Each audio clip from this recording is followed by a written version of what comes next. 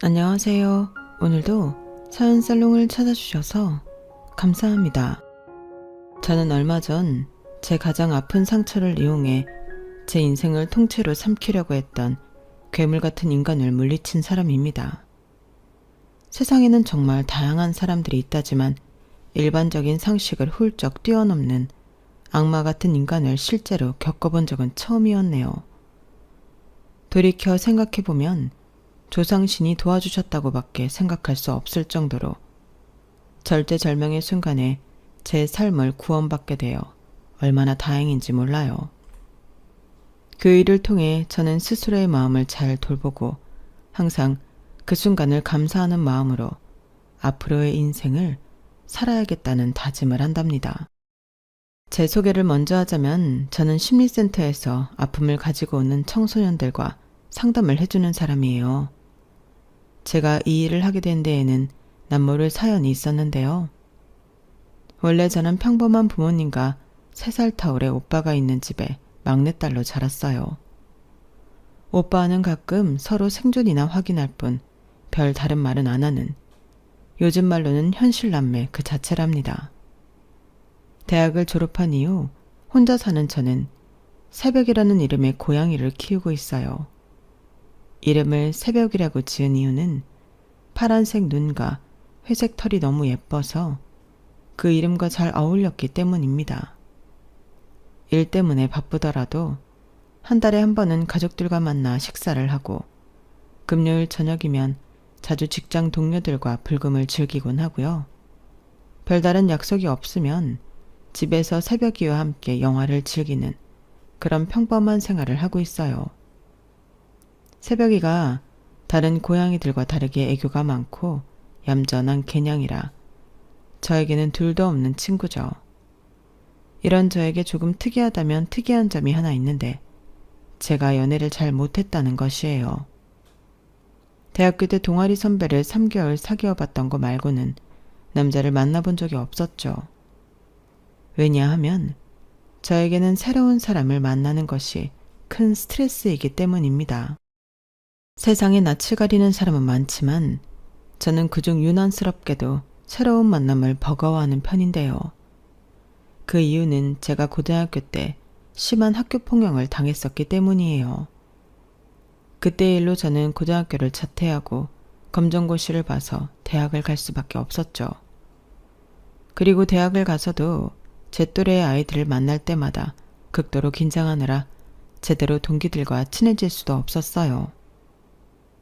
그런 저를 돕기 위해 저희 부모님은 거액의 돈을 지불하면서까지 꾸준히 상담 치료를 받게 도와주셨어요. 저희 가족이 부유하지도 않고 그저 평범한 가정이었는데도요. 덕분에 저는 20대 중반이 넘어갈 때쯤 사회생활하는데 무리 가지 않은 정도로 상태가 좋아질 수 있었답니다. 그로 인해 제가 어렸을 때부터 꿈꿔왔던 상담 치료사가 될 수 있었고요. 저는 항상 과거의 저와 같은 아픔을 가진 친구들을 돕는 일을 하고 싶었거든요. 이렇듯 정상적인 사회인이 되는 것도 저에겐 상당히 오랜 시간과 노력이 들었기 때문에 연애까지 챙길 수가 없었던 거예요. 여전히 저는 그래야만 하는 상황이 아닌 이상 새로운 사람을 만나는 걸 선호하진 않았거든요. 30이 가까워져 갈수록 저는 제 인생에 결혼은 없는 거구나 하고 포기한 채로 살았어요. 그나마 직장 동료들과 잘 지내는 걸 다행으로 여기면서요. 그러다가 한 남자를 만나게 되었던 겁니다. 그 사람은 저희 센터 내 경비 업무 및 CCTV와 같은 보안기기들을 관리하는 보안업체 직원이었는데요.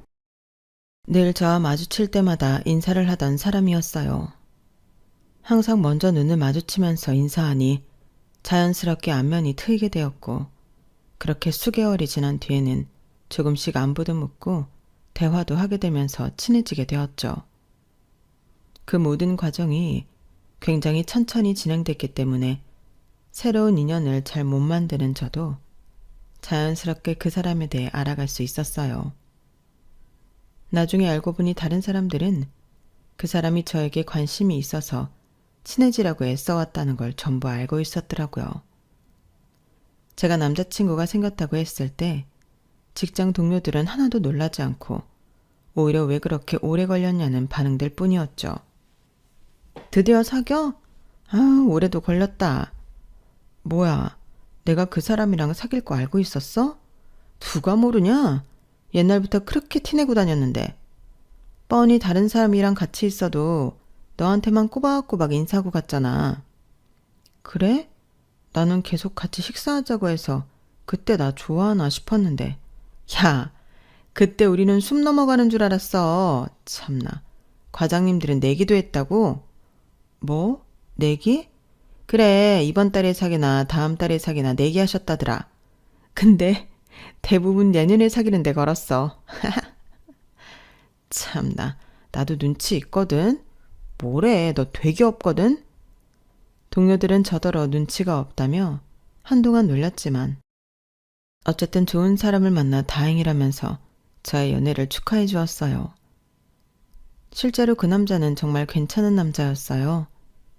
저보다 1살 어린 나이였음에도 연하남으로 느껴지지 않을 정도로 젠틀하고 성숙한 사람이었죠. 경비업체에서 일을 해서 그런지 듬직한 느낌도 있었어요. 가끔은 우유부단한 저를 대신해 강단 있는 모습도 보였죠. 거절을 잘 하지 못해 이 일 저 일 모두 떠맡아야 했던 제가 그 남자의 말을 듣고 시킨 대로 행동했더니 더 이상 저에게 과한 업무를 시키지 않아서 놀랐던 적도 있었고요.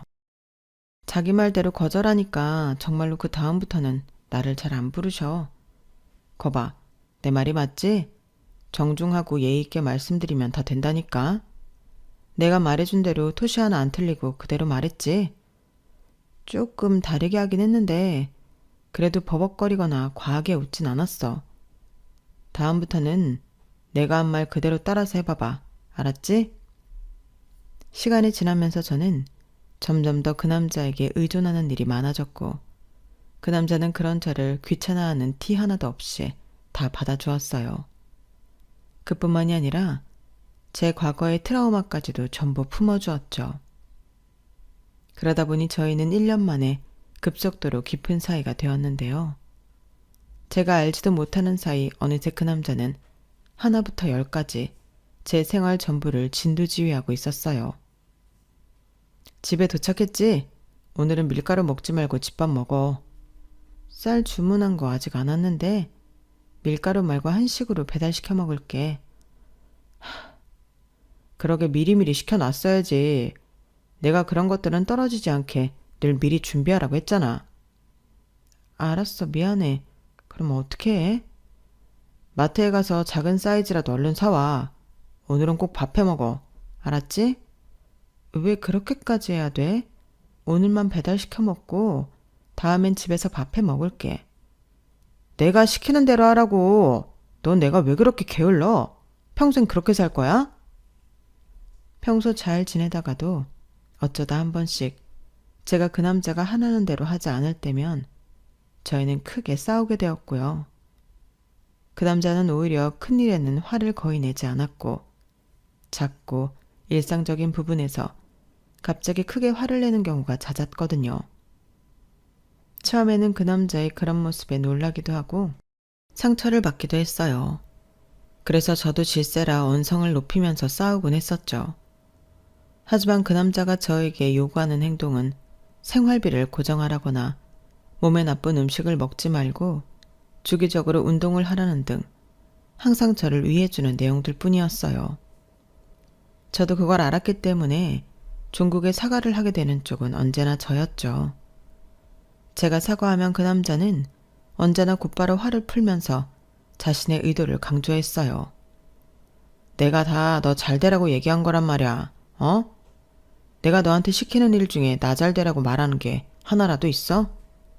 유미쌤이랑 거리 두라고 했던 것도 결국 내 말 안 들었으면 큰일 날 뻔했잖아.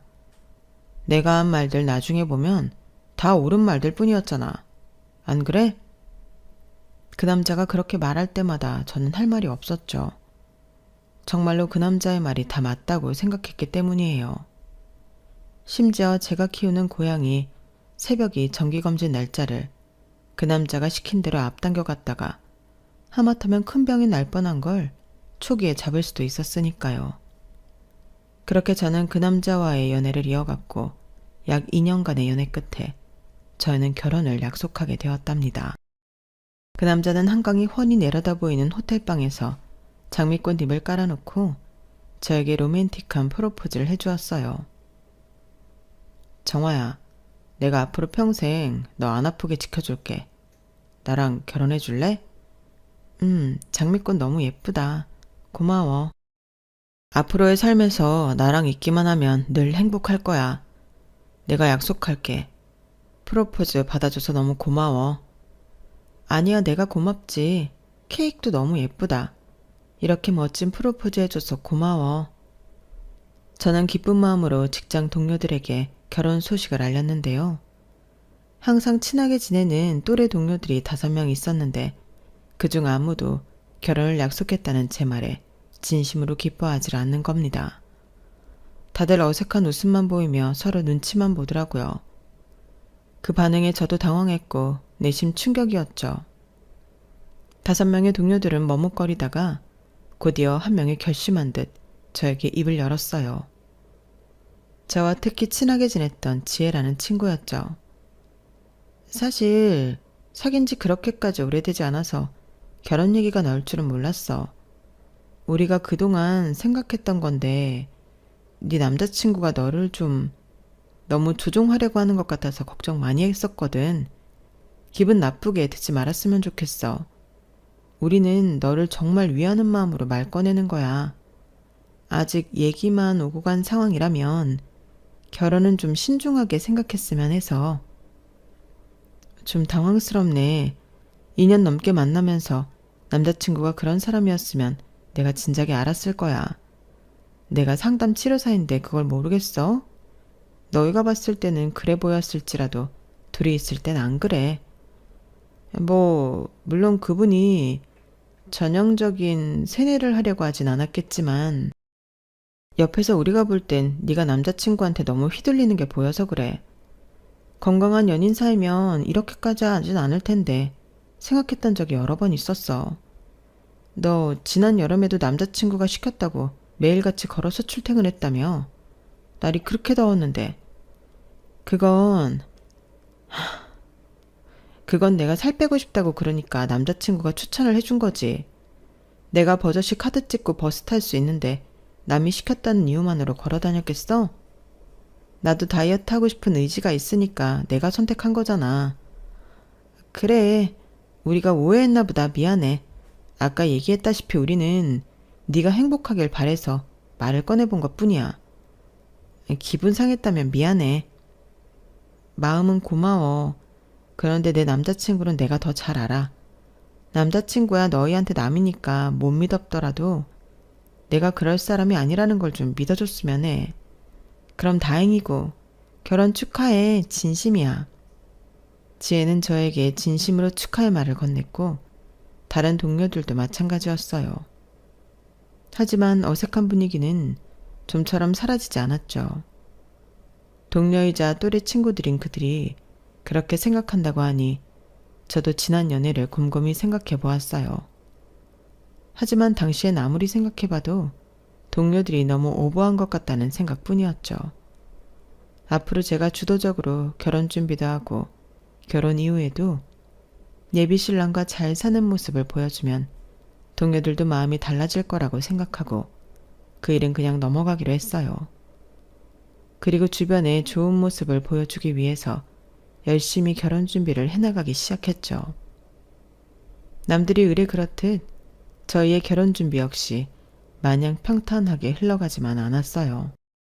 그런데 다른 커플이랑은 좀 달랐던 게 남들은 보통 예비 신부가 이것저것 열심히 준비하면 예비 신랑이 수동적으로 따라오기만 해서 싸움이 일어난다고 하잖아요. 저희 예비 신랑은 전혀 반대였어요. 수동적이긴커녕 누구보다도 적극적이었고 덕분에 서로 의견이 자꾸만 부딪혔죠. 결혼식은 웬만하면 작은 규모로 진행했으면 좋겠어.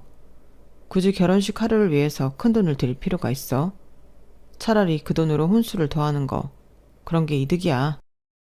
나야 괜찮은데 부모님이 문제지. 부모님이 워낙 지인들이 많으니까. 애초에 우린 양가 부모님 다 6남매, 7남매셔서 가족만 해도 엄청 많단 말이야. 예식장은 큰 곳으로. 그럼 지인들을 조금만 불러야겠네.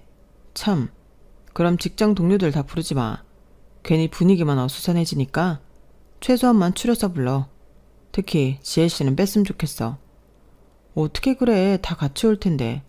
애초에 지혜만 빼고 청첩장을 어떻게 돌려? 당신이 기분 안 나쁘게 잘 말하면 되지. 그걸 못해? 저는 직장 동료인 지혜를 부르느냐 마냐로 예비신랑이랑 2주 동안이나 말싸움을 했어요. 하필이면 저에게 결혼을 다시 생각해보라고 얘기했던 지혜를 콕 집어서 싫다고 하니 저도 마음이 흔들린 건 사실이었어요. 하지만 사회생활 하는데 어떻게 한 명만 빼고 부를 수가 있나요? 저는 그건 절대로 불가능한 일이라고 계속 예비신랑을 설득했고 결국 저희는 지혜를 부르긴 부르되 결혼 이후에는 거리를 두고 지내기로 약속을 하고 극적인 화해를 했어요. 그러나 그 이후로도 뷔페 음식을 한식으로 하냐 양식으로 하냐로 또 싸우고 비즈가 있는 드레스로 하냐 없는 걸로 하냐로 또 싸웠죠. 첫 번째 싸움을 제 뜻대로 지혜를 부르기로 해서인지 그 이후로는 싸움이 의미가 없었을 정도로 예비신랑의 뜻대로 전부 진행이 되었네요. 그렇게 정신없이 지내다 보니 어느새 결혼식을 딱 3개월쯤 남기고 있었어요. 이제 싸울 건 다 싸운 뒤였고 결정해야 하는 것도 얼추 다 결정한 상황이라 어서 식만 빨리 올리고 끝나길 바라는 중이었죠. 더 이상 싸울 게 없어서인지 예비 신랑과의 관계도 더없이 좋았고 곧 이 사람과 부부가 된다는 게 설레기도 했어요. 같이 살 신혼집 계약도 이미 다 끝낸 상태였고요.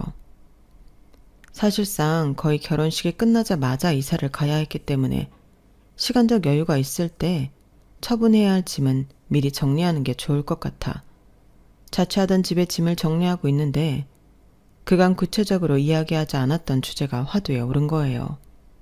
바로 자녀 문제였죠. 이렇게 부피 많이 차지하고 버리기 뭐한 건 당장은 작은 방에 그냥 쌓아두면 될 것 같아. 그리고 나서 차근히 정리하든가 아님 그냥 거길 창고처럼 써도 될 것 같고. 작은 방? 거기 애기 방으로 써야 하는 거 아니야? 창고처럼 쓸 수는 없지. 애 키우려고? 당장은 우리 두 사람 감당하기도 힘든데 벌써 애 생각을 하게? 우리가 그동안 자녀 계획에 대해선 한 번도 얘기를 안 했네. 다다음 달이면 결혼하는데. 나는 가지려면 빨리 가지는 게 좋을 것 같은데 원래 1살이라도 젊을 때 낳아야 덜 고생한데 나도 나이도 있고 그래서. 자기야, 무조건 빨리 가진다고 좋은 게 아니야. 우리가 먼저 애를 키울 만한 사람이 되어야 애를 가지지. 그렇게 무책임하게 무조건 빨리 가져야 하니까 애를 가지는 사람이 어딨어? 우리 둘이 합치면 월 600만 원 가까이 버는데 왜 조건이 안 돼? 충분히 할 수 있어. 임신이 되면 그때 육아 교육도 받으면 되고. 정서적인 여유를 말하는 거잖아. 솔직히 자기가 아직은 책임감이 부족한 편이잖아. 내가? 내가 왜 책임감이 없어? 우리 새벽이도 잘 키우고 있잖아. 이거 봐. 고양이 키우는 거랑 사람 키우는 거랑 같아? 그 둘을 비교하는 것부터가 자기가 아직도 정신적으로 어리다는 게 나타나는 거라고. 저는 예비 신랑의 말을 받아들일 수가 없었고 저희는 그 일로 며칠 동안이나 말다툼을 했습니다. 하지만 예비 신랑은 제가 과거 학폭을 당했던 트라우마까지 이야기하며 저는 아직 그때의 일에서 벗어나지 못해 정서적으로 불안정하다는 얘기를 몇 번이나 했어요. 그런 예비 신랑의 말에 저는 굉장히 화를 냈는데요. 짐 정리를 마친 뒤 약 보름쯤 뒤에 끔찍한 일이 벌어지는 바람에 화를 냈던 것도 전부 잊혀지고 말았어요. 어느 날 집으로 돌아왔는데 제가 키우는 고양이 새벽이가 사라진 것이었어요. 눈에 안 보이더라도 집안 어딘가 있다면 사료랑 물이 전부 비어져 있어야 했는데 그것도 전부 그대로였고 집에 설치해둔 카메라는 거실과 안방만 보고 있어서 현관문이나 창문은 보이질 않았거든요. 그래서 새벽이가 언제 나간 건지 감도 잡을 수가 없었죠. 패닉 상태에 빠진 저는 예비 신랑에게 곧바로 전화해 이 일을 알렸고 곧바로 달려와준 예비 신랑과 함께 집 안과 근처 건물을 샅샅이 뒤져보아도 결국 새벽이는 찾을 수 없었어요. 9년이나 함께했던 새벽이를 그렇게 잃고 나니 저는 엄청난 상실감과 우울증에 빠지고 말았죠. 새벽이는 드레스룸에 있는 창문으로 나간 것 같은데 왜인지 모르게 방충망이 모두 열려 있더라고요. 저는 그동안 내가 방충망이 어디 열려 있는 줄도 모를 정도로 집안 관리를 제대로 못하고 있었다는 점에서 죄책감이 굉장히 심하게 들었어요. 또 안락한 집을 놔두고 새벽이가 밖으로 나가 돌아오지 않았을 정도로 내가 좋은 주인이 아니었나 하는 자괴감도 들었고요. 혹시 잠깐만 나갔다 오려고 했는데 큰 변을 당했나 하는 불안감까지 들면서 그야말로 지옥 같은 나날을 보내고 있었습니다. 예비 신랑은 그런 저에게 매일같이 찾아와 곁을 지켜주며 달래고 위로해 주었어요. 사람이 실수할 수도 있지. 괜찮아. 이제 더 생각하지 마. 이미 지나간 일은 어쩔 수 없잖아. 애가 사라진 것도 아닌데. 내가 자취 시작할 때 제일 먼저 생긴 친구가 새벽이었단 말이야. 다 내 잘못이야. 내가 요즘 결혼식 준비하느라 너무 정신이 없어서 이런 정신으로 애는 어떻게 키우지? 애는 말고 다른 고양이를 키우면 되지. 신혼집으로 이사하면 그때 다른 고양이를 분양받자. 다음 고양이한테는 더 잘해줄 수 있을 거야. 자기 말이 맞아. 나는 너무 책임감이 없어. 애를 먼저 안 가진 게 너무 다행이야. 괜찮아. 이 다음 고양이 키울 때는 내가 잘 도와줄게. 예비 신랑의 극진한 위로 덕에 저는 그나마 일상을 조금씩 되찾을 수가 있었죠. 소식을 들은 회사 동료의 진심 어린 위로도 큰 힘이 되었고요. 근데 다들 저를 위로하는데 한 친구가 고개를 갸웃거리며 이런 질문을 하더라고요. 그런데 고양이가 방충망도 열 수가 있나? 구조가 발톱으로 찢어버렸다면 또 몰라. 그걸 고양이가 직접 열고 나갔다고? 아니면 내가 어떻게 하다가 실수로 열었을 수도 있지. 에이, 살면서 실수로라도 방충망 열고 사는 사람이 어딨냐? 고양이가 직접 연 거 아니면 설명이 안 되지.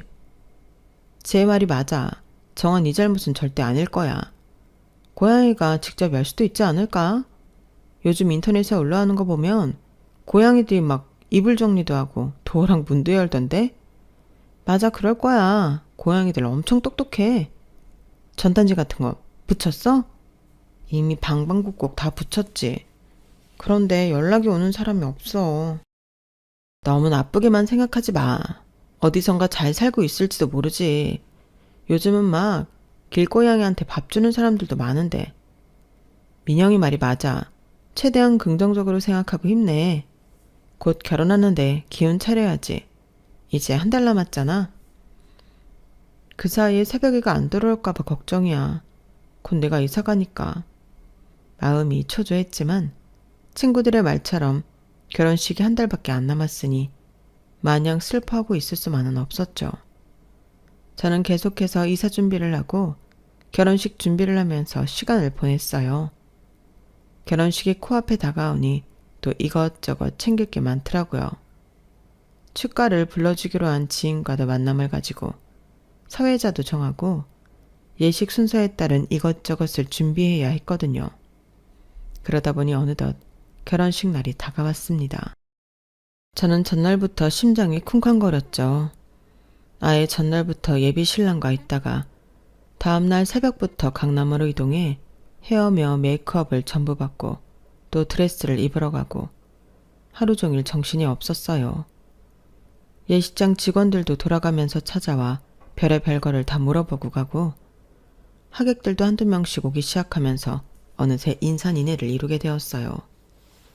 다른 홀에서도 결혼식이 진행되니까 하객만 해도 몇백 명이 홀에 서 있었고 온 건물이 사람 소리로 가득 찬 것 같았죠.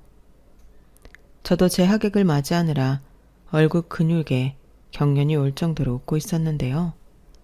한참 하객들이 몰려올 때 저희 회사 동료들이 찾아왔어요. 적당한 시간대에 와서 당연히 반가운 마음으로 맞으려고 했는데 회사 동료들의 표정이 하나같이 저승사자라도 되는 양 어두운 겁니다. 그러더니 2명의 친구가 총대를 메고 하객들을 뒤로 물리더군요. 저는 이게 대체 무슨 일인가 싶었는데 지혜가 저에게 심각한 얼굴로 다가왔어요. 왜 그래? 대체 무슨 일이야? 정화야, 너 마음 단단히 먹어? 갑자기 왜 그래, 무섭게. 네가 꼭 봐야 할 게 있어. 저기 기사님, 저희끼리 얘기 좀 하게 잠시 자리 좀 비켜주세요. 결혼식 전에 꼭 이야기해야 돼? 식 이제 20분도 안 남았어. 그 전에 네가 꼭 봐야 해. 정화야, 제발. 이거 한 번만 봐봐. 직장 동료들은 사진 기사님과 예식장, 드레스샵 관련 직원들까지 전부 밖으로 내보내고 저에게 핸드폰을 내밀었어요. 예상치 못했던 이 모든 일이 왠지 불길해 보여 저는 얘기가 듣기 싫어지더군요. 하지만 제가 거부하기도 전에 지혜가 핸드폰으로 영상 하나를 틀어주었어요. 한눈에 예비신랑이 찍힌 영상이라는 걸 알아볼 수 있었죠. 그리고 영상을 본 저는 그야말로 경악을 하고 말았습니다.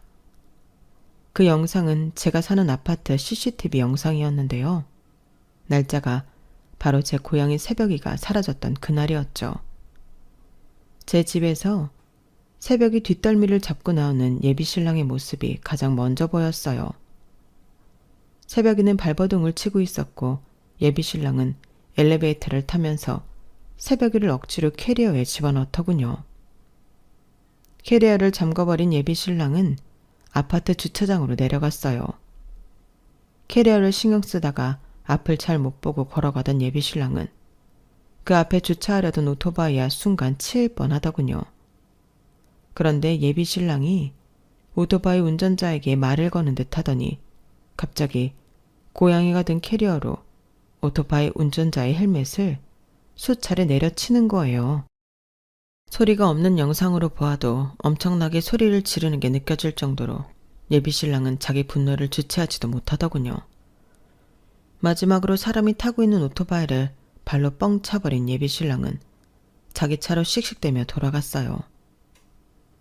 예비신랑의 차가 주차장을 빠져나갈 때까지 오토바이 운전자는 남편을 몇 번 돌아보다가 자리를 뜨셨고요. 영상이 끝나고 나니 저는 너무나 큰 충격을 받고 혼란스러웠어요. 정아야, 이거 네 예비신랑 맞지? 맞아. 나 지금 너무 충격이라서 어떻게 해야 할지 모르겠어. 너 어떻게 해야 해? 혼인신고는 했어? 아직 안 했지? 이 결혼 계속 할 거야? 혼인신고는 아직 안 했지만 잘 모르겠어. 지금 당장은 너무 충격적이라 머리가 새하얗기만 해. 고양이부터 찾아야 하지 않을까? 남편 차에 내비게이션 보면 기록 나올 거 아니야. 아직 기록이 남아있다면 고양이를 어디로 데리고 갔는지 확인할 수 있을 거야. 그래, 일단 그것부터 해야겠다. 나 좀 도와줄래? 저는 예비신랑과 특히 우호적으로 지냈던 친구에게 얼른 물품 보관해 놓은 곳으로 가 예비신랑의 차키를 좀 가져다 달라고 부탁했어요. 저는 그 사이 후다닥 드레스를 벗어버리고 일상복으로 갈아입었죠. 친구가 차키를 가져오자마자 저와 지혜는 주차장으로 내려갔어요. 나머지 동료 친구들은 계속 신부 대기실 문을 막고 버텨주었죠. 저희는 숨가쁘게 지하주차장으로 내려가 예비신랑의 차를 열었어요. 그날 아침에도 같이 타고 왔던 차였는데 그 안에 이렇게 끔찍한 비밀이 있을 줄은 몰랐죠. 저희는 떨리는 손으로 내비게이션 기록을 확인했어요. 그 결과 CCTV 영상이 찍힌 날짜에 뜬금없이 가평 휴게소가 찍혀 있는 것을 확인했고 저희는 얼른 그 화면을 사진으로 찍었죠.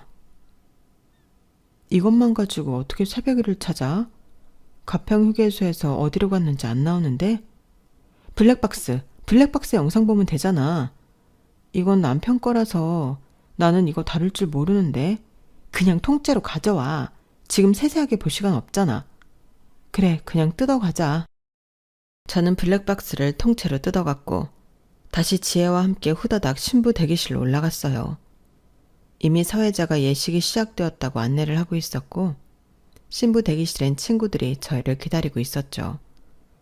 그중 특히 기계를 잘 다루는 친구가 있었는데 블랙박스를 받아들더니 작은 카드 하나를 쏙 빼고는 이것만 있으면 영상을 볼 수 있으니 저에게 걱정 말라고 안심을 시켜줬어요. 저는 친구들에게 비장한 목소리로 부탁을 했습니다. 지금 당장 결혼을 뒤엎을 거니까 제가 올라가면 아까 그 아파트 CCTV 영상을 틀어달라고요. 친구들은 알겠다며 얼른 예식장 직원을 찾으러 달려갔고 잠시 후에 신부가 입장할 차례라는 속의 멘트가 들리기 시작했어요. 그 순간에는 조금 떨리긴 했지만 모든 일들이 너무 급박하게 벌어지다 보니 평소답지 않게 제가 긴장감을 억눌러 버리더라고요. 새벽일을 생각하니 도리어 정신이 또렷해지는 것 같았죠. 예식장 직원들이 신부 화장을 하고 청바지에 티셔츠를 입은 절 보더니 눈이 휘둥그레지더군요. 저는 신랑 모르게 준비한 서프라이즈로 둘러댔고 그 차림 그대로 버진로드로 올라갔습니다.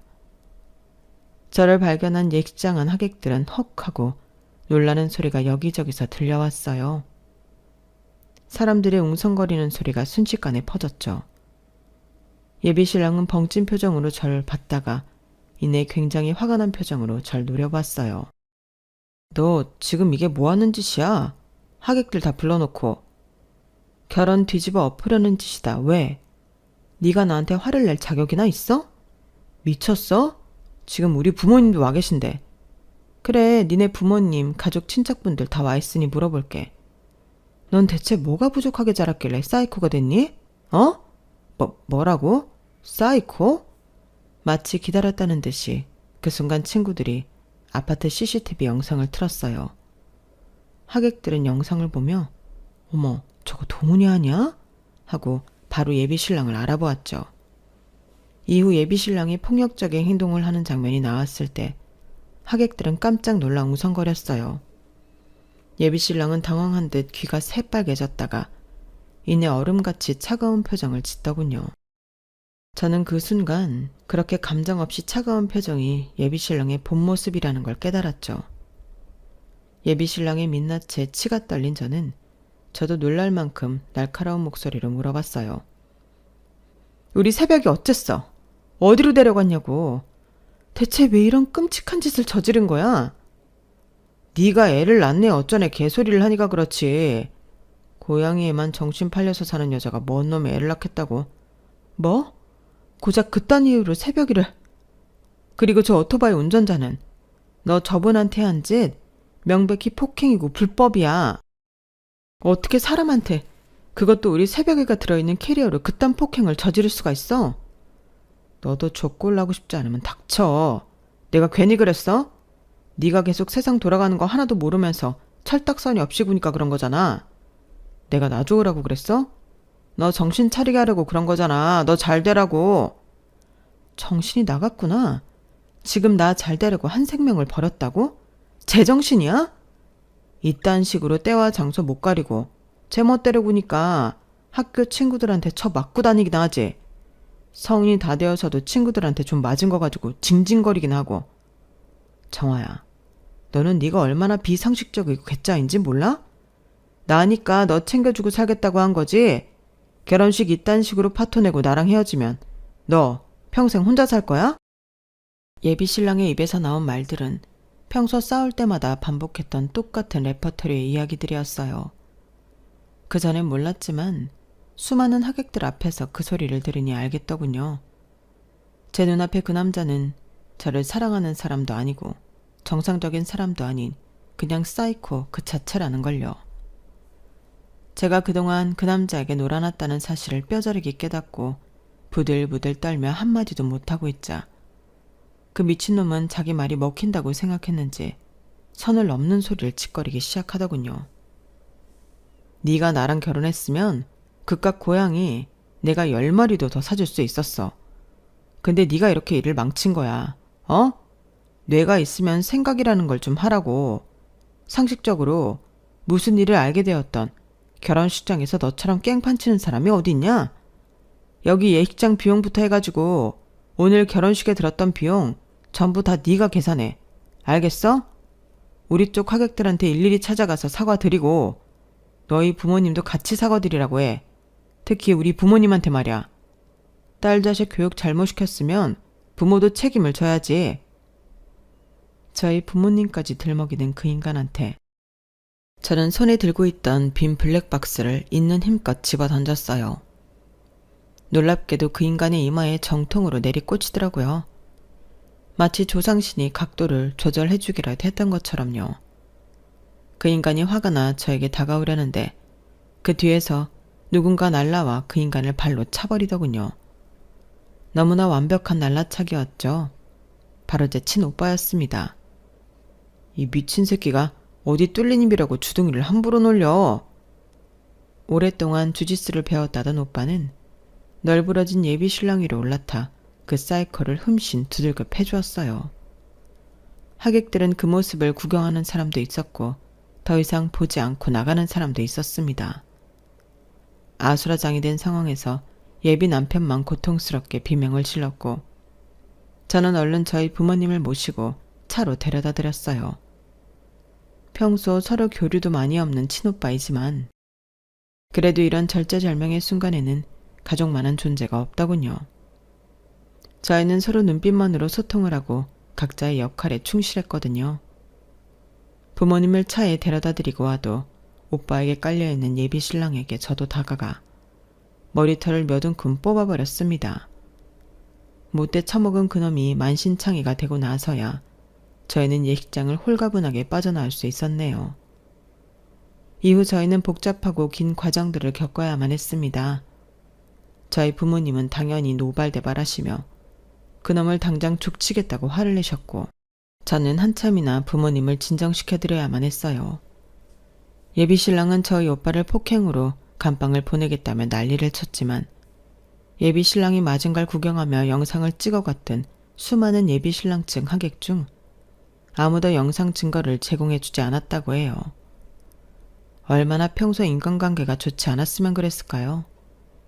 저는 오히려 예비신랑이 제가 없을 때 불법으로 가택 침입을 해 고양이를 납치해갔던 것을 전부 법적으로 처리해버렸답니다. 이 사건이 벌어지긴 전엔 몰랐는데 예비신랑은 그 전에도 폭력 전과가 4번이나 있었던 사람이었어요. 그 사실을 알자마자 저희 부모님은 당장 사기 결혼으로도 고소하라고 성호하셨고 실제로 그 죄가 인정되어 그 사이코 같은 인간은 도리어 본인이 감방에 들어가게 되고 말았답니다. 그리고 저는 기적적으로 제 고양이 새벽이를 찾게 되었어요. 블랙박스 영상을 살펴보니 그 나쁜 놈이 제 고양이를 캐리어째 가평 시골 한 복판에 버리고 왔더라고요. 저는 제 동료 친구들과 함께 마지막으로 그 인간이 정차했던 곳을 영상을 통해 어렵게 찾아갔고 그 동네에서 열심히 전단지를 뿌린 결과 새벽이를 찾을 수 있었답니다. 다만 새벽이를 거두어간 분은 혼자 사시는 할머니셨는데 어찌나 새벽이를 잘 봐주시고 계시던지 털에도 윤기가 가득했고 살도 포동포동하게 올라와 있더라고요. 제가 고양이를 잃어버려 되찾으러 왔다고 하자 버릴 땐 언제고 무책임하게 다시 찾으러 왔냐며 빗자루를 들고 내쫓으려고 하셔서 자초지종을 설명드리고 어렵게 오해를 풀었죠. 하지만 제가 보아도 제 고양이인 새벽이가 할머니와 더 평화롭게 잘 지내고 있는 것 같아 혼자 서울로 올라오기로 했어요. 대신 시간이 날 때마다 할머니 댁에 방문을 드리기로 약속을 했죠. 사이코 같은 놈에게서 극적으로 벗어나 모든 보상까지 받은 뒤 저는 안식년을 가지기로 결정했답니다. 회사에서도 잘 생각했다고 격려해 주었고 동료 친구들 역시 편히 쉬고 오라며 제 등을 두드려 주었죠.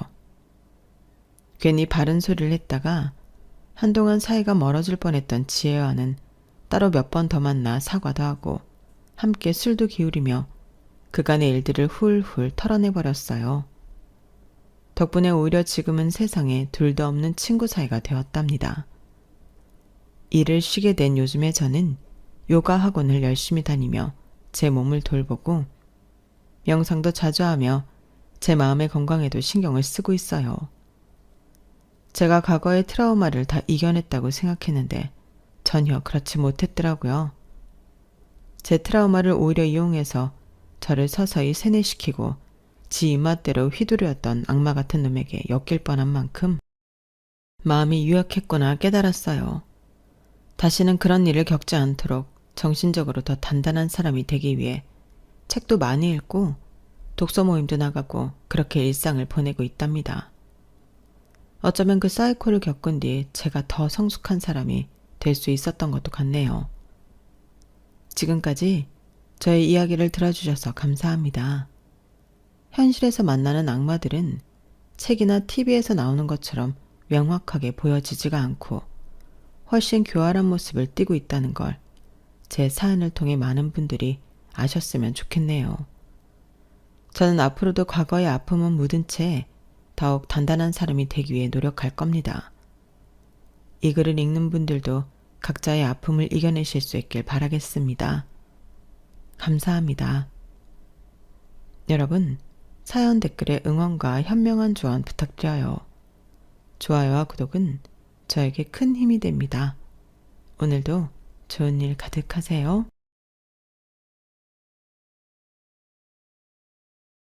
안녕하세요. 오늘도 사연살롱을 찾아주셔서 감사합니다.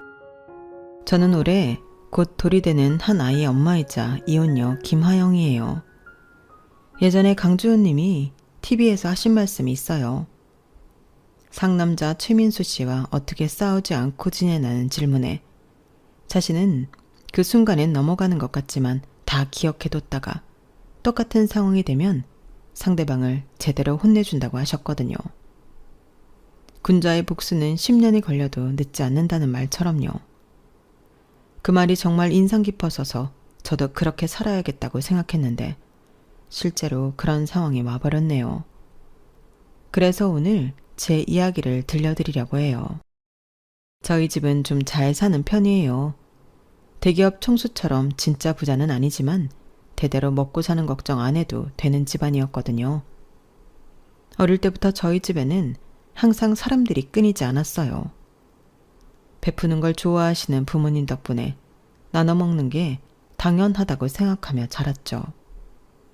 강남에 건물도 몇 채 가지고 계시고 작은 사업체도 운영하고 계셔서 돈 걱정 없이 살 수 있었기에 남에게 베푸는 걸 인색하게 굴지 않으셨거든요.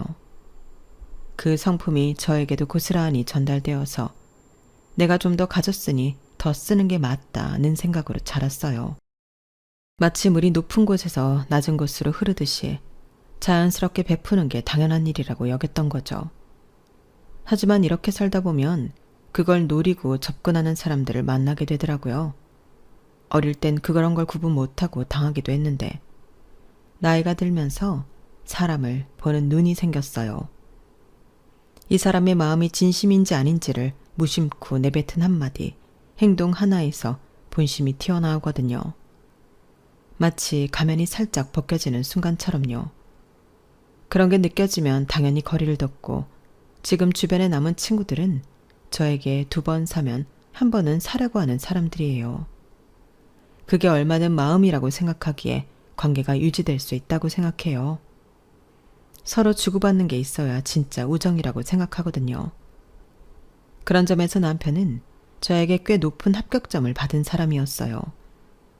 개천에서 용남 케이스로 시부모님은 식당을 운영하셨는데 거기서 서빙도 하며 용돈을 벌었다고 했거든요.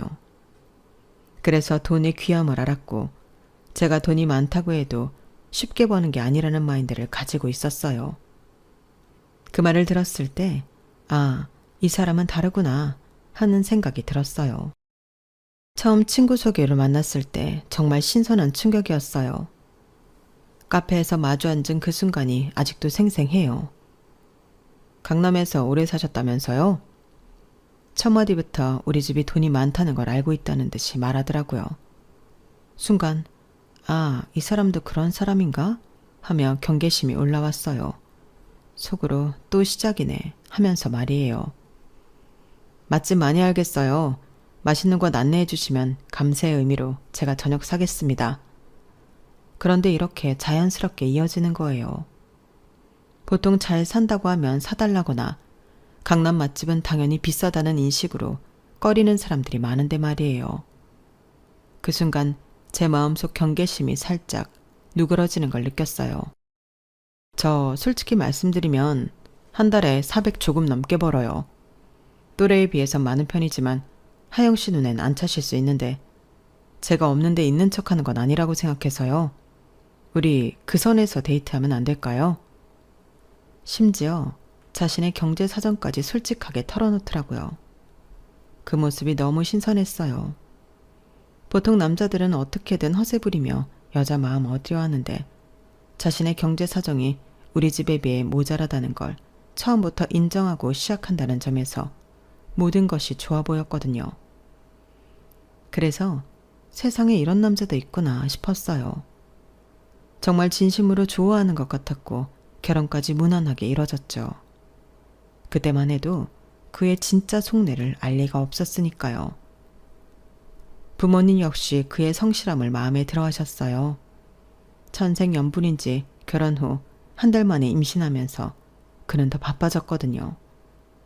가족을 책임지겠다고 야근을 신청해서 하는 날들이 많아졌기 때문이에요.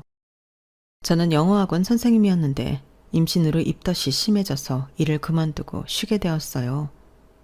아침마다 속이 뒤집어지는 것 같았고 냄새에도 민감해져서 수업을 제대로 할 수가 없었거든요.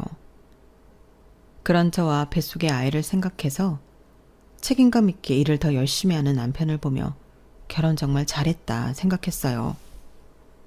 매일 밤 11시가 넘어서 들어오는 남편을 보면서도 저는 오히려 고마웠어요.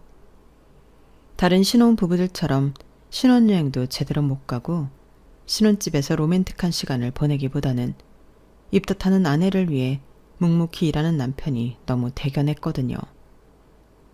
친정 부모님 역시 도움을 청하는 게 아니라 스스로 알아서 하려는 모습에 감탄하셨어요. 참 좋은 부모님이 돼서 잘 컸네. 요즘 사위들은 부모 도움받아 편하게 살려는데 스스로 하려 하고 내가 정말 사위 하나는 잘 얻었어. 하. 아빠가 엄마에게 속삭이시는 말을 들었을 때 제 마음도 뿌듯했어요. 정말로 괜찮은 사람을 만났다는 생각까지 들었거든요. 그날은 주말에 가족이 함께 식사하던 날이었어요.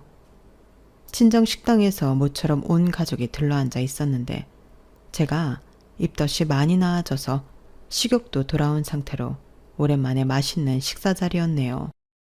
하영이 입덧도 잦아들었으니 배부르고 아이 태어나서 움직이기 힘들기 전에 시간 내서 바다도 보고 여행도 다니렴. 엄마가 남편을 바라보며 말씀하시는 거예요. 그때 남편의 표정이 살짝 어두워지는 걸 봤는데 아마 경제적 부담을 생각하고 있었나 봐요. 그래야겠네요. 하영이 몸 무거워져 힘들기 전에 좋은데 많이 데려가야겠어요.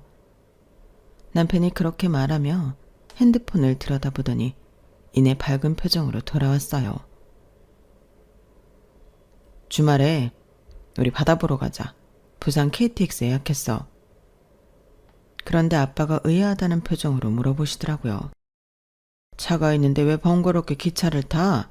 짐도 챙기면 무겁고 하영이도 더 피곤할 텐데 드라이브 하면서 가면 더 좋은 거 아니야? 아닌가?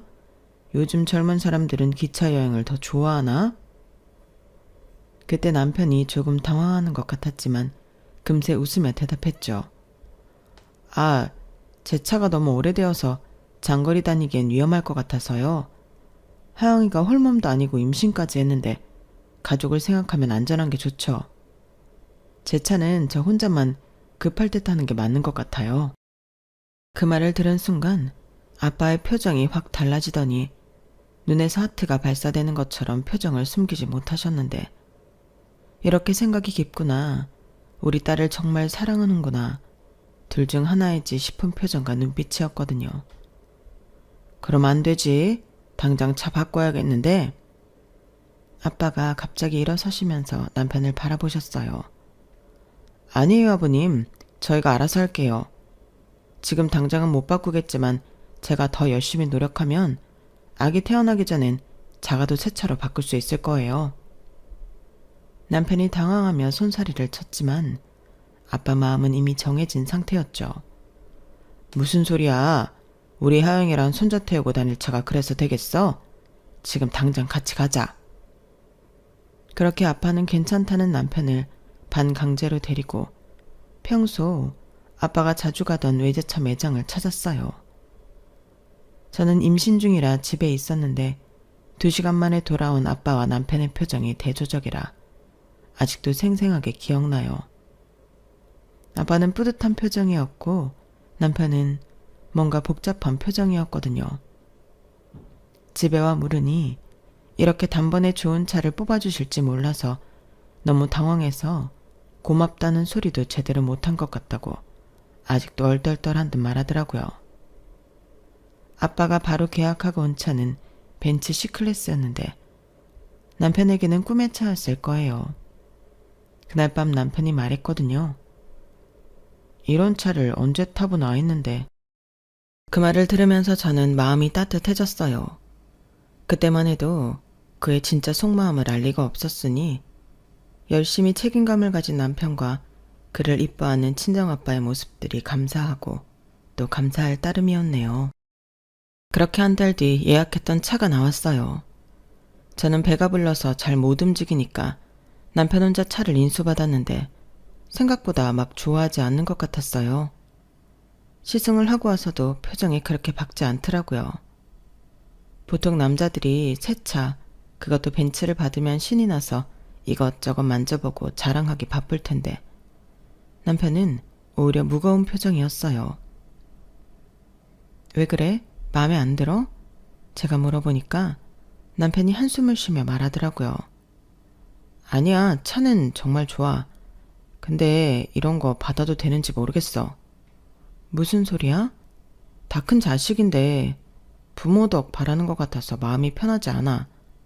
처음에는 그냥 고맙게 받으면 되는 줄 알았는데 막상 이렇게 비싼 차를 받고 보니까 남편의 표정이 정말 착잡해 보였어요.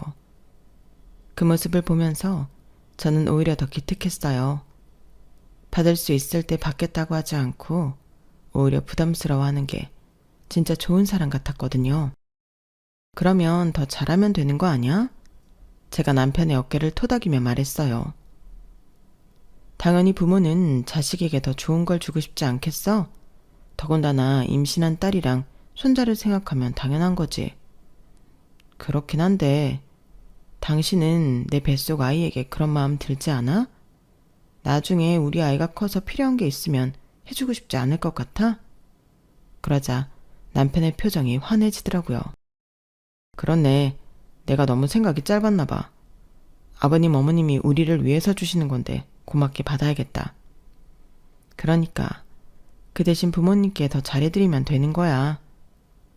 남편은 제 말이 맞다며 동조하면서 앞으로 친정 부모님께 더 잘해야겠다고 다짐했어요. 그 모습이 너무 기특해 보였거든요. 그리고 실제로 시간 날 때마다 친정 부모님을 찾아가며 살갑게 굴었어요. 주말이면 꼭 들러서 안부를 여쭙고 아빠가 좋아하는 술이라든지 엄마가 좋아하시는 꽃 같은 것들을 사들고 가더라고요. 친정 부모님은 그런 남편을 정말 예뻐하셨어요. 하영이 복 많네. 저런 남편을 어디서 구하냐. 엄마가 남편이 없을 때 저에게 하신 말씀이었어요. 정말 자랑스러웠죠. 그렇게 2달이 더 지났을 무렵 남편이 변화하기 시작했어요. 아니, 정확히는 본색을 드러내기 시작했다고 해야 할까요? 그때는 몰랐지만 지금 생각해보면 그때부터 시작이었던 것 같아요.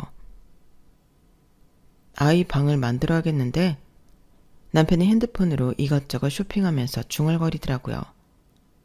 아기 침대, 기저귀 가리대, 장난감 등등 보기에도 예쁜 것들이 많았어요. 우리 집이 좀 좁아서 뭘 사두기가 힘들 것 같아. 남편이 한숨을 쉬며 말했어요. 우리 집은 24평 아파트였는데 결혼 전 제가 독립해서 살던 집을 리모델링해서 들어왔거든요. 아이를 낳아도 사실 좁은 집은 아니라고 생각했어요. 물론 마당 있는 친정을 생각한다면 좁지만 우리가 가진 범위에서 하자는 남편 말에 동의했고 그렇게 선택했기에 문제 없다고 생각했거든요. 그냥 필요한 것만 사면 되지 뭐. 아이 방이라고 해봐야 침대하고 옷장 정도면 충분하지 않아?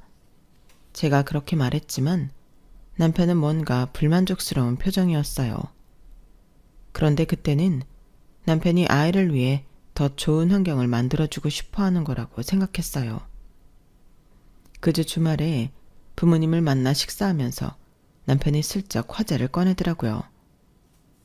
아버님, 요즘 아이 방 준비하고 있는데 생각보다 쉽지 않네요. 왜? 뭐가 문제인데? 아빠가 관심 있게 물어보셨어요. 집이 좀 좁아서 아이 방 만드는 것도 쉽지 않고 아기 물건들이 생각보다 많더라고요. 남편이 은근히 집이 좁다는 투로 말하는 거예요. 그 순간 저는 설마 하는 생각이 들었어요. 좁으면 이사 가면 되지 뭐가 문제야? 부모님이 당연하다는 듯이 말씀하시더라고요. 아니에요. 저희가 알아서 할게요. 지금 집도 충분히 넓은데요. 제가 얼른 말했지만 이미 부모님 마음은 정해진 상태였어요. 우리가 가지고 있는 아파트 중에 48평짜리가 하나 있는데 그게 2달 뒤에 전세가 끝나. 리모델링해서 들어가면 될 것 같은데 엄마가 말씀하시는 순간 남편의 눈이 반짝이는 걸 봤어요. 어머님, 그런 큰 집을 생각했던 건 아닌데요. 남편이 겸손한 척 말했지만 표정은 완전히 달랐어요. 하나만 낳을 거 아니고 학교까지 생각하면 정착하는 게 부모님 말씀처럼 나은 것 같네요. 정말 감사하게 받겠습니다. 그러더니 저를 돌아보며 말하더라고요. 그럼 지금 집은 빨리 내놓자. 이사 준비도 해야 하고. 그때 저는 뭔가 이상하다는 느낌이 들었어요. 분명히 결혼할 때는 우리가 가진 범위에서 하자고 했는데 이제 와서 왜 이런 식으로 나오는 건지. 하지만 그때는 남편이 아이를 위해서 더 좋은 환경을 만들어주고 싶어 하는 거라고 생각했어요. 그렇게 새로운 집 인테리어에 열을 올리는 와중에 남편이 새로운 사업 구상을 하기 시작했어요. 처음에는 가벼운 얘기였어요. 평소 옷 잘 입는다는 소리를 들었기에 편집샵 운영하면 잘할 것 같다는 말을 흘려 했었거든요. 그때는 그냥 허황된 꿈 정도로 생각했어요. 누구나 한 번쯤 해보는 이야기니까요. 하지만 아빠가 강남의 상권 좋은 곳에 건물이 있다는 걸 알고 나서는 남편의 태도가 더 노골적으로 변했어요. 좋은 물건도 볼 줄 아는 곳에 있어야 제대로 되는 거 아니야? 아버님이 가진 가게자리가 딱일 것 같은데. 남편이 슬쩍 떠보듯이 말하더라고요. 저는 대꾸도 안 하고 흘려보냈는데 아빠를 만나면 자신의 아이디어를 열심히 알려주며 설득하기 시작했어요. 그날도 주말 저녁 식자 자리에서였는데 남편이 갑자기 화제를 꺼내더라고요. 아버님, 요즘 사람들 쇼핑 패턴이 많이 바뀌었더라고요. 어떻게? 아빠가 관심 있게 물어보셨어요. 편하게 쇼핑하려고 하더라고요. 굳이 명동이나 강남 번화가까지 가서 쇼핑하는 게 아니라 일상생활 반경 안에서 좋은 물건들을 사고 싶어 해요. 남편이 마치 시장 조사를 한 것처럼 말하더라고요. 보통 편집샵은 가로수길처럼 잘 알려진 곳들에 있었는데 회사 주변에 두면 점심시간에 직장인들 접근성이 좋아서 잘 될 거라고 생각해요. 남편의 목소리가 점점 열정적으로 변해가더라고요. 아빠도 평소에 의류에 관심이 많으셨기에 남편의 말에 솔깃해하시는 것 같았어요. 그런 아이디어도 있구나. 확실히 요즘은 접근성이 중요하지. 맞아요. 그리고 저도 평소에 옷 잘 입는다는 소리를 들어서 제가 직접 골라서 들여놓으면 잘 팔릴 것 같아요. 그때 아빠가 갑자기 말씀하시더라고요. 하고 싶으면 가게 하나 내줄 테니 해봐라. 그 순간 저는 깜짝 놀랐어요. 설마 아빠가 정말로 가게를 내준다고 하실 줄은 몰랐거든요. 아버님, 정말요? 남편의 눈이 반짝이는 걸 봤어요. 마치 기다렸다는 듯이 말이에요. 아빠, 갑자기 꺼낸 말에 그렇게 반응해주면 어떡해. 사업이라는 게 쉬운 것도 아니고 애까지 생긴 마당에 더 조심해야지. 이 사람 월급 적게 받는 게 아니잖아. 안정적인 직장 놔두고 왜 바람 놓고 그래.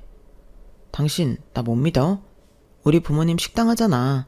사람 대하는 건 내가 누구보다 잘해. 알면서 그래. 그거랑 다르지. 편집샵은 수요가 정해져 있는데 차린다고 되는 것도 아니고. 연예인들이나 셀럽들 단골층이 분명한데 우리가 그런 인맥이 있는 게 아니니 자리 잡는 것도 힘들 테고. 쉽게 생각할 문제 아니라고 생각해. 혼자여도 생각해 봐야 하는데 이렇게 쉽게 접근하는 남편이나 열심히 일하는 사위니까 뭐든 잘할 거라고 믿어주는 아빠나 둘 다 제정신이 아닌 것 같았어요. 그래서 악역은 제가 하기로 마음먹고 아빠도 말리고 남편도 말리고 있었네요. 하지만 남편은 그런 저를 안심시키려고 그러는 건지 아빠에게 자신이 충분히 할 수 있다는 걸 어필하려는 건지 모르겠지만 계속 충분히 승산이 있고 말은 지금 꺼냈지만 사실 오래전부터 회사 주변도 살피고 구상하고 있었다고 말하더라고요. 그렇다고 해도 준비 기간이 필요하잖아. 최소한 아이 낳고 나서 생각해봐도 되는 거 아니야? 기회라는 게 언제 오는지 모르는 거야. 그러다 다른 사람이 차리면 그땐 기회고 나발이고 없는 거야. 그래도 모르겠어? 젊을 때 한번 해보는 것도 나쁘지 않을 것 같은데 나이 들면 감각이 떨어질 수도 있고 안 그러나? 아빠가 남편을 지지하는 듯이 말씀하시니까 남편 얼굴에 화색이 돌면서 당연하다는 듯 말하는 거예요. 지당한 말씀입니다, 아버님. 돈 쓰는 소비층이 제 또래이고 강남 회사 다니는 층도 제 또래가 많으니 지금이 적기인 셈이죠. 결국 저는 더 이상 말릴 수 없었어요. 그렇게 남편은 편집샵 가게 인테리어 구상을 하고 물품들을 구매하며 들뜬 시간을 보냈어요. 매일 밤늦게 들어와서는 핸드폰으로 인테리어 사진들을 보여주며 설명하고 주말이면 백화점을 돌아다니며 명품들을 구경하고 다녔어요.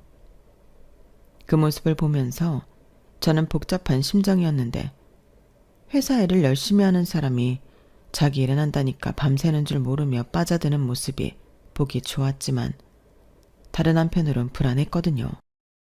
정말 잘 될 수 있을까? 혹시 실패하면 어떻게 하지? 너무 아빠만 믿는 거 아닌지. 특히 아이가 태어날 예정인데 수입이 불안정해지는 게 맞나?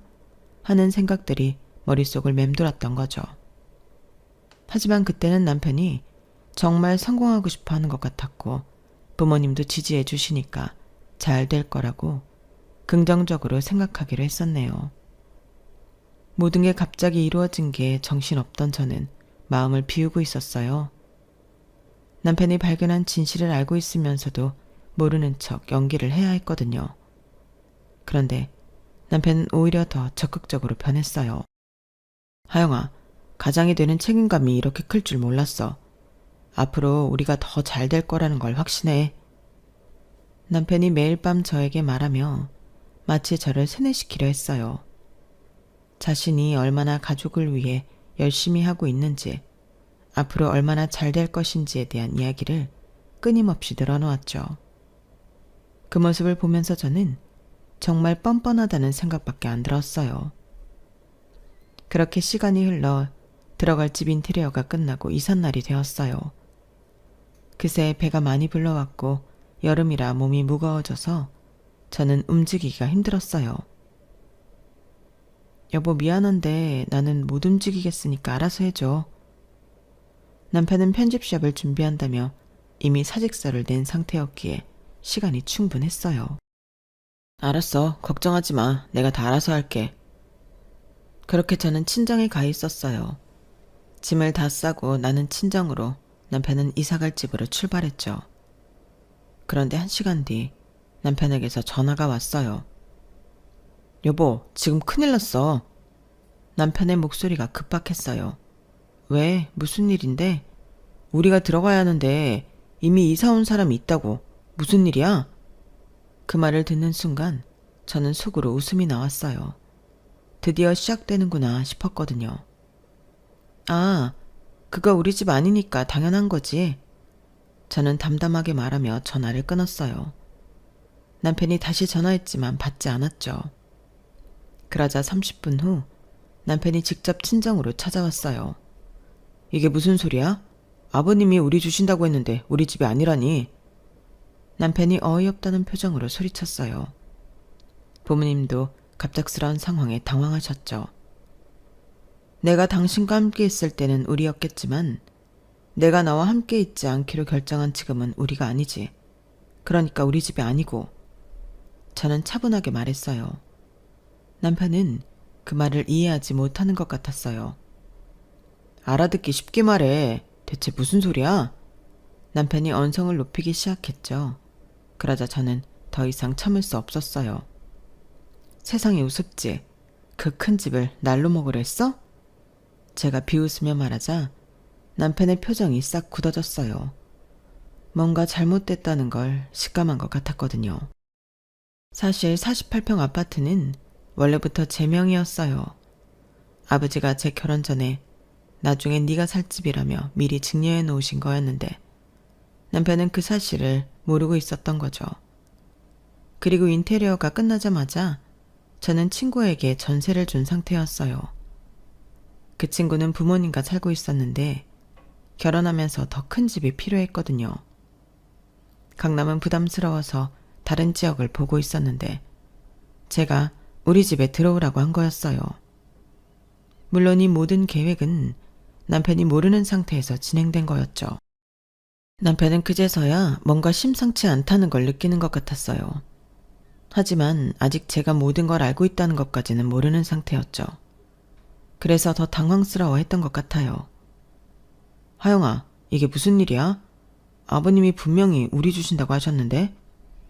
맞아. 우리 주신다고 하셨지. 그런데 이제 우리가 아니잖아. 저는 계속 같은 말을 반복했어요. 남편이 점점 초조해하는 모습이 보였거든요. 사실 이 모든 일의 시작은 몇 개월 전이었어요. 지금 생각해보면 그때부터 이미 남편의 태도에서 묘한 변화가 시작되고 있었어요. 친정 부모님 앞에서는 여전히 겸손한 사이였지만 집에서는 점점 당연하다는 듯한 태도를 보이기 시작했거든요. 남편이 잦은 야근을 할 때였는데 매일 늦게 들어오는 남편이 안쓰럽고 고마운 마음에 간식을 싸서 회사로 찾아간 적이 있었거든요. 그날 저는 특별히 남편이 좋아하는 샌드위치와 따뜻한 커피를 보온병에 담아서 준비했어요. 깜짝 놀래켜줄 생각이었고 임신한 아내가 찾아오면 그날은 좀 일찍 끝낼 수 있지 않을까 하는 일말의 기대감도 있었죠. 배가 불러서 움직이기 힘들었지만 남편 생각에 발걸음이 가벼웠어요. 남편 회사 건물 앞에 도착해서 로비로 들어가려는데 건물 뒤쪽에서 남편 목소리가 들렸어요. 분명히 남편 목소리였는데 누군가와 대화하고 있더라고요. 흡연구역이었기에 뭐에 홀린 듯 그쪽으로 발걸음을 옮겼어요. 가까이 가보니 웬 여자와 함께 있었어요. 그 여자는 담배를 피고 있었고 남편은 담배를 안 피니까 커피를 마시고 있었죠. 처음에는 단순히 동료와 잠깐 얘기하는 거라고 생각했어요. 하지만 뭔가 이상했어요. 남편이 회사에 친하게 지내는 여직원이 있다는 소리를 들은 적이 없었거든요. 뭔 일인가 싶어서 기둥 뒤로 숨어서 가까이 다가가 둘이 하는 이야기를 들었어요. 그런데 들리는 대화 내용이 심상치 않았어요. 오피스 와이프가 이런 건가? 싶을 정도로 둘은 수위를 넘나드는 말을 하고 있었거든요. 그 여자가 남편의 팔을 툭툭 치면서 농담을 하고 남편도 그런 스킨십을 자연스럽게 받아들이고 있었어요. 그 모습만으로도 충분히 충격적이었는데 더 큰 충격은 그 다음에 들린 말이었어요. 그 말 중에서 귀에 선명하게 들리는 말이 있었는데 그건 남편의 말이었어요. 저갓집이 완전 개호구야. 글쎄 내가 뭐 좀 필요하다고 샤바샴 하면 다음날 바로 준다니까? 그 말을 듣는 순간 머리가 하얘졌어요. 우리 부모님을 개호구라고? 내가 듣고 있는 게 맞나? 하는 생각이 들었죠. 그런데 그 말도 기가 막혔는데 그 말을 들은 여자가 하는 말은 더 가관이었어요. 네가 연기를 잘하니까 그런 거지. 하여간 당신은 원하는 게 있으면 하늘의 별도 따다 줄 것처럼 굴더라. 그 여자가 웃으면서 말하는 거예요. 연기를 잘한다고? 그럼 지금까지 보여준 모든 모습들이 다 연기였다는 말인가요? 그럼 지금 따줄까? 그러자 남편이 야릇한 미소를 보내면서 대답했어요. 그 순간 저는 온몸에 소름이 돋았어요. 이게 정말 내가 아는 남편이 맞나 싶었거든요. 그 순간 손에 있던 간식 봉지를 놓칠 뻔했지만 정신을 붙잡고 최대한 조용히 그 자리를 벗어났어요. 주차했던 차에 와서 한참을 멍하니 앉아 있었죠. 손이 떨리고 머리가 어지러웠어요. 내가 지금까지 알던 남자가 아니었어요. 그럼 모든 게 다 계획된 것인가? 결혼도 임신도 친정에 잘해주는 것도 모두 계획된 것이었나? 어디서 뭘 어떻게 해야 할지 패닉에 빠졌는데 우선 사전 조사가 필요할 것 같았어요. 집에 돌아와서 나를 소개해준 친구에게 전화했어요. 남편에 대해 더 자세히 알고 싶다고 했죠. 왜 갑자기 무슨 일 있어? 친구가 걱정스럽게 물어봤어요. 아니야. 그냥 남편 친구들이랑 만날 일이 있을 것 같아서. 아, 그래? 걔는 대학 동기인데 평판이 좋아서 소개시켜준 거야. 성실하고 착하다고 소문났었거든. 그 말을 들은 순간 감이 왔어요. 대외적으로 하는 행동과 진짜 속내는 완전히 다르구나. 겉으로는 착한 사람인 척하면서 속으로는 완전히 다른 계산을 하고 있었던 거예요.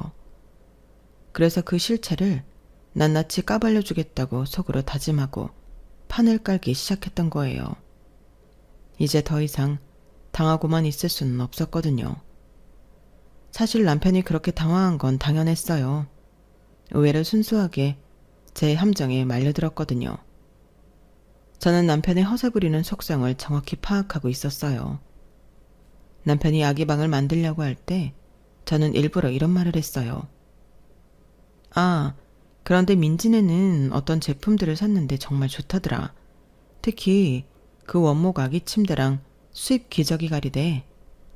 저는 마치 우연히 들은 것처럼 자연스럽게 말했어요. 그러면서 관심 없는 척 덧붙였죠. 요즘 애들은 뭘 그렇게 사는지 우리 때는 그런 거 없이도 잘 컸는데. 물론 그 친구라는 건 남편은 소개시켜줬던 친구를 포함해서 겹쳐서 알고 있는 지인들의 이름을 팔았던 거예요. 남편은 그 말을 듣고 바로 핸드폰을 꺼내서 검색하기 시작했어요. 그 물품들을 보고 크기며 가격이며 살펴보면서 다른 사람들이 어떻게 꾸미는지까지 찾아보더라고요. 그러면서 점점 욕심이 생기는 게 보였어요. 이런 거 보니까 우리 집이 진짜 좁긴 하네. 남편이 중얼거리면서 한숨을 쉬더라고요. 자신도 그렇게 하고 싶다는 욕망을 누리지 못하는 게 너무 뻔했어요. 그렇게 해서 결국 아빠에게 집이 좁다는 말을 꺼냈던 거죠. 창업도 마찬가지였어요. 아무것도 가진 게 없으면서 말로만 그럴싸하게 만드는 남편에게 저는 이렇게 말했어요. 당신 보면 정말 아까워. 그렇게 야근하면서 남의 일 좋게 만드는 사람이면 당신 일 하는 게 더 나은 거 아니야? 남편이 조금 관심을 보이자 저는 계속 부추겼어요. 그래도 아직 젊으니까 20년은 직장 더 다니고 천천히 생각해도 되겠다. 이렇게 말하면서 조금씩 그에게 회사가 아닌 다른 일을 하게 만들었던 거예요. 마치 제가 반대하는 것처럼 보이게 하면서 사실은 그쪽으로 유도했던 거죠. 그러니 당연히 아빠가 준다는 집은 우리의 것이 아니라 제 것이었고 저는 인테리어가 끝나자마자 친구에게 전세를 줬어요. 그 친구는 부모님과 살고 있었는데 저에게 정말 고마운 친구예요. 제가 어려울 때 많이 도와줬거든요. 그 이야기를 하자면 또 기니까 패스하고 여하튼 그랬기에 남편은 그런 걸 당연히 모르고 자기 뜻대로 우리 집 등쳐먹을 생각만 했으니 당황했던 거죠. 하영아, 동탄 그만하고 진짜 무슨 일이야? 남편이 점점 초조해지면서 말했어요. 농담? 나 지금 농담하는 것 같아? 저는 차갑게 대답했어요. 그러자 남편이 부모님을 바라보면서 말했죠. 아버님, 어머님, 하영이가 갑자기 이상해요. 분명히 우리 주신다고 하셨잖아요. 그때 아빠가 당황하며 말씀하셨어요. 그래, 너희 주려고 했는데 하영이가 왜 그러지? 저는 그제서야 부모님께 모든 걸 말씀드렸어요. 아빠, 이 사람이 우리 가족을 뒤에서 뭐라고 하는지 아세요? 개호구래요. 우리가 개호구라고. 그 순간 거실에 공기가 싸해졌어요. 아빠의 표정이 확 굳어지시더라고요. 뭐라고? 처갓집이 완전 개호구라고. 자기가 뭐 좀 필요하다고 하면 다음날 바로 준다고 자랑했어요. 그것도 회사 여자한테. 남편의 얼굴이 새파랗게 질려가는 걸 봤어요. 이제 모든 게 들통났다는 걸 깨달은 거죠. 아니야. 그게 아니야. 오해야. 남편이 허둥지둥 변명하기 시작했어요. 하지만 이미 늦었죠. 저는 마지막 카드를 꺼냈어요. 오해? 그럼 이것도 오해야? 저는 핸드폰에서 사진을 꺼내 보여줬어요. 남편이 그 여자와 모텔로 들어가는 사진이었죠. 그 순간 남편의 얼굴에서 모든 혈기가 빠져나가는 걸 봤어요. 이건 이제 알겠지. 나는 다 알고 있었어. 당신이 얼마나 겉과 속이 다른지. 저는 승리의 미소를 지으며 말했어요. 드디어 모든 진실이 드러난 순간이었거든요. 그런데 남편의 진짜 절망은 그 다음부터였어요. 아빠가 강남에 가게를 임대해준다고 했을 때 계약서를 작성했었거든요. 편집샵에 들어갈 물품을 구매하면 결제해줄 테니 구매해서 넘기라고도 했었고요. 그때 남편의 모습이 정말 가관이었어요. 계약서를 내밀면서 형식상 필요한 거니까 대충 봐도 돼 라고 했는데 남편은 검토도 안 하고 바로 사인하더라고요. 아버님, 믿어주셔서 정말 감사합니다. 남편이 마치 감동받은 사람처럼 눈빛까지 촉촉해져서 말하는 거예요. 그 모습을 보면서 저는 속으로 정말 한심하다 생각했죠. 그런데 그것 역시 제가 다 계산했던 거였어요. 계약서에는 임대료가 시세의 120%로 명시되어 있었고 보증금도 따로 요구되어 있었으며 중도 해지 시 위약금 조항까지 넣어놨거든요. 게다가 임대인은 아빠가 아니라 제 이름으로 되어 있었는데도 대충 읽고 사인했던 거예요. 편집샵 물품 구매도 마찬가지였어요. 남편이 아버님께서 결제해준다니 감사합니다 라며 신나서 이것저것 주문하더니 나중에 청구서 받고는 경악했을 거예요. 모든 게 남편 개인 명의로 구매되어 있었고 당연히 남편이 결제 책임을 져야 하는 상황이었으니까요. 남편은 완전히 멘붕에 빠지면서 계속 같은 말을 반복했어요. 대체 왜? 아버님이 왜 이러세요? 하영아, 뭔가 오해가 있는 것 같은데. 남편이 당황하면서 말했지만 저는 차갑게 대답했죠. 오해? 무슨 오해? 아니, 그게 내가 그런 뜻으로 한 말이 아니었어. 정말 오해야. 그럼 이것도 오해야? 제가 모든 걸 알고 이혼을 준비했다는 것까지 눈치채자 남편은 그게 아니었다고 오해라며 헛소리를 했어요. 그때 저는 마지막 결정타를 날렸죠. 그 여자와 모텔을 드나들던 사진을 보여준 거예요. 남편은 완전히 무너지면서 이건 진짜 우연히 한 번뿐이었다고 변명했지만 제가 한 달 동안 수집한 증거들은 그게 거짓말임을 보여주고 있었어요. 총 7번의 만남, 4번의 모텔 출입, 그리고 수십 통의 문자 메시지까지 모든 게 다 있었거든요. 이것도 오해야? 사진을 보는 순간 남편의 얼굴이 완전히 하얗게 변했어요. 더 이상 변명할 수 없다는 걸 깨달은 거죠. 이건 정말 오해야. 오해? 모텔 들어가는 것도 오해고 우리 집을 개호구라고 한 것도 오해야? 저는 냉정하게 말했어요. 사실 이렇게까지 해야 하나 싶었지만 태어날 아이를 위해 양육권을 가져오기 위해 끝까지 가야 했어요. 임신해서도 부부관계를 하는 경우도 있다지만 친정을 호구로 아는 사람과 하고 싶은 여자가 어디 있겠어요. 게다가 저는 아이도 이미 가진 상태니까 거절하기 좋았고 이 남자는 그 시간을 못 참고 넘지 말아야 할 선을 넘어버렸던 거예요. 그전에도 그런 관계였는지 아니면 제가 시발점이 되었는지 모르지만 개벌은 난 못 준다고 원래 그랬다고 생각해요. 그렇게 자신이 원하는 대로 될 거라 생각했는데 자신이 파놓은 함정에 자신이 빠져서 호적되는 꼴이란 정말 웃겼어요. 남편은 그제서야 자신이 얼마나 큰 빚더미에 앉게 됐는지 깨달았을 거예요. 회사도 그만둔 상태에서 인테리어 비용에 편집샵 물품비까지 합치면 몇 천만 원이 넘는 돈을 혼자 감당해야 하는 상황이었거든요. 그야말로 자업자득이었죠. 저는 웃으며 이제 시작인데 이런 걸로 열 빼지 말라고 말했어요. 아, 그리고 인테리어 비용 3천만 원이랑 편집샵 물품비 2천만 원은 당신이 직접 계약한 거니까 당신이 책임져야지. 나는 이혼하니까 부부 공동책임 이런 거 없다. 라고 못 박았네요. 당연히 이혼하게 되었어요. 남편의 불륜과 경제적 기만행위 그리고 처가에 대한 모독적 언사들이 모두 증거로 제출되면서 양육권은 당연히 제게 왔어요.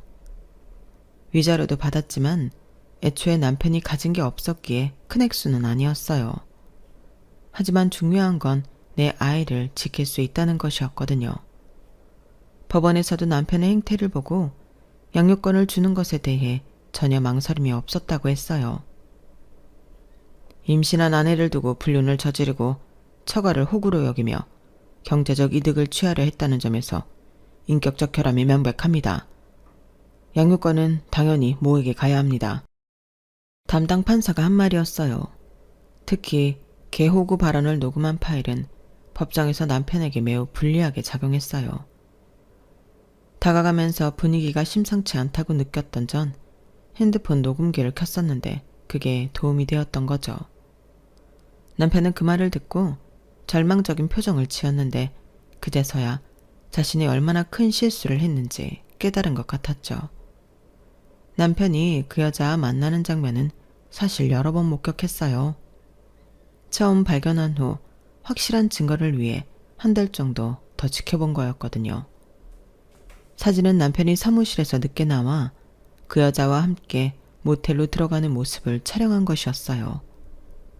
당시 임신 중이라 몸이 힘들었지만 아이의 미래를 위해 참고 증거를 모았어요. 그런데 정말 가관이었던 건 남편의 태도였어요. 법정에서도 끝까지 변명을 늘어놓더라고요. 판사님, 그 말은 제가 술에 취해서 한 말이에요. 진심이 아니었습니다. 술에 취해서? 그럼 모텔 들어가는 것도 술에 취해서? 제가 차갑게 반박했죠. 남편이 할 말이 없어서 버벅거리는 모습이 정말 한심했어요. 그건 정말 실수였어요. 마음이 약해져서 딴 년이랑 모텔 간 거야?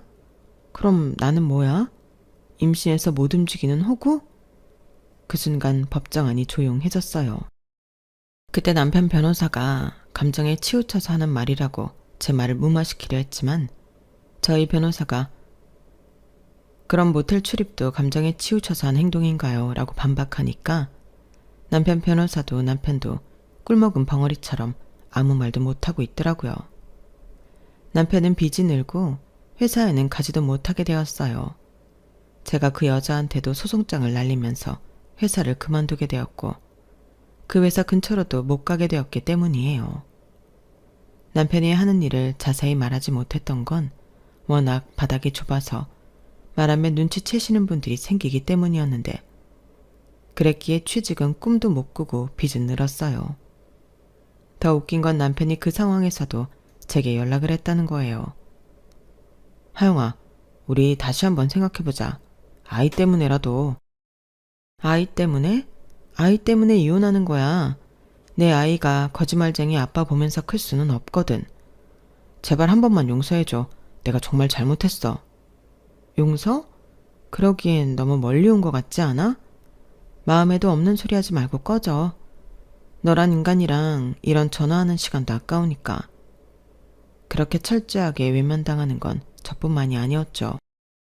제가 아들을 임신했는데 자신의 대를 이어줄 손자를 가진 저에게 이런 짓을 했다는 걸 믿지 못하던 시아버님이 결국 나락에 빠진 당신 아들에게 절연 선언을 했다고 시아버님이 미안하다며 마지막 전화를 하셨거든요. 시아버님에게 남편이 제발 한 번만 용서해달라고 사정했을 때 손자 얼굴도 못 보게 만들었으니 필요 없다고 했다는 말씀을 전해주셨을 땐 사실 속이 다 시원했어요. 미안하다. 내가 아들을 잘못 키웠어. 이제 아들도 아느니 너라도 잘 살아라. 가끔, 아주 가끔이라도 손주름 크는 사진 하나씩 보내주면 안 되겠니? 하지만 저는 이렇다 할 대답도 못 드리고 그냥 전화를 끊었어요. 남편과 관계된 건 싫었지만 시아버님은 따뜻한 분이셨기에 대놓고 아니라는 말은 못하겠더라고요. 집과 가게는 모두 제 명의였기 때문에 재산분할 대상이 아니었어요. 남편이 가진 건 중고차와 적은 예금이 전부였고 오히려 편집샵 준비하면서 진 빚이 5천만 원 넘게 있었어요. 인테리어 업체들과 편집샵 물품 업체들에서 독촉 전화가 계속 오는 상황이었죠. 따라서 재산분할로 받을 게 없었을 뿐만 아니라 남편은 오히려 엄청난 빚더미에 앉게 되었어요. 위자료는 법정 최대한으로 받았지만 남편이 무일푼 상태라 실제로 받기는 어려웠어요. 하영아, 나 정말 어떻게 해야 해? 빚이 너무 많아서. 그거 내가 왜 알아야 해? 당신이 욕심부려서 생긴 일이잖아. 저를 소개해준 친구는 처음에는 믿지 못했지만 제가 증거들을 보여주자 충격을 받으며 사과했어요. 하영아, 미안해. 내가 그런 놈인 줄 몰랐어. 괜찮아. 너도 몰랐던 일이잖아. 그런데 이런 일이 있었는데 다른 사람들도 알아야 하지 않을까? 맞아. 이런 놈이 또 다른 여자 속일 수도 있잖아. 그 친구를 통해 대학 동기들에게 소문이 퍼진 건 의도한 것이었어요. 남편이 얼마나 이중적인 사람인지 그의 지인들이 알아야 한다고 생각했기 때문이에요. 결국 남편은 얼굴도 못 들고 다니게 되었죠.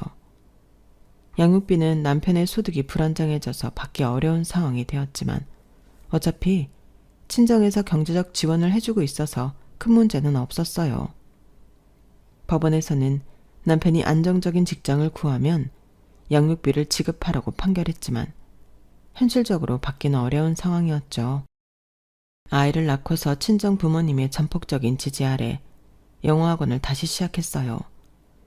임신 전 경력도 있었고 부모님이 자금을 지원해 주셔서 제 이름으로 된 학원을 열 수 있었어요. 아이는 친정 부모님과 베이비시터가 함께 돌봐주셨고 저는 일과 육아를 병행하며 새로운 삶을 시작했어요. 가끔 남편 소식이 들려오는데 여전히 변변한 일자리를 찾지 못하고 있다고 해요. 그 여자도 결국 다른 남자에게 버림받았다는 소식을 들었어요. 업계가 좁다 보니 둘 다 매장된 상태라고 하더라고요. 지금 제 아이는 건강하게 자라고 있고 저는 학원 운영도 잘 되고 있어서 경제적으로도 안정적이에요. 가끔 그때 일을 생각하면 화가 나지만 동시에 다행이라는 생각도 들어요. 만약 그때 그 상황을 목격하지 못했다면 그리고 제가 복수를 계획하지 않았다면 훨씬 더 큰 상처로 남았을지 모른다고 생각하면 정말 아찔해요. 혹시 제가 너무 잔인했나 싶어서 고민한 적도 있었지만 생각해보니 저는 그저 기회를 제공했을 뿐 선택은 남편이 했다고 생각해요. 아닌 척 연기했어도 결국 본심을 이기지 못했고 욕심이 결국 화를 불러온 거니까요. 내 탓하지 마. 네 무덤 네가 판 거니까. 마지막으로 남편에게 한 말이었어요. 제가 판을 깔았다고 해도 그 판 위에서 어떻게 행동할지는 남편의 몫이었으니까요. 만약 남편이 정말 저를 사랑하고 존중했다면 그 어떤 유혹에도 넘어가지 않았을 거고 당연히 저희 부모님 호의를 호구라고 표현하지도 않았겠죠. 군자의 복수는 10년이 걸려도 늦지 않다더니 저는 1년도 안 걸리게 모든 걸 끝냈답니다. 이제는 모든 걸 털고 저 잘 살아보려고 합니다. 뭐니 해도 최고의 복수는 제가 더 잘 사는 거니까요. 제 이야기 들어주셔서 고맙습니다. 건강하시고 오늘 하루도 행복하세요. 여러분, 사연 댓글에 응원과 현명한 조언 부탁드려요. 좋아요와 구독은 저에게 큰 힘이 됩니다. 오늘도 좋은 일 가득하세요.